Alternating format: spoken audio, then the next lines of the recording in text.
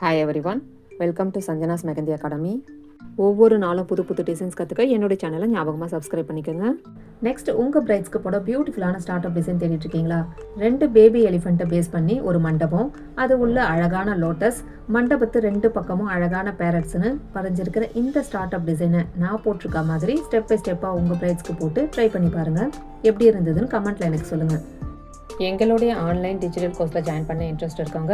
டிஸ்கிரிப்ஷனில் வாட்ஸ்அப் நம்பருக்கு டைரெக்டாக மெசேஜ் பண்ணலாம்.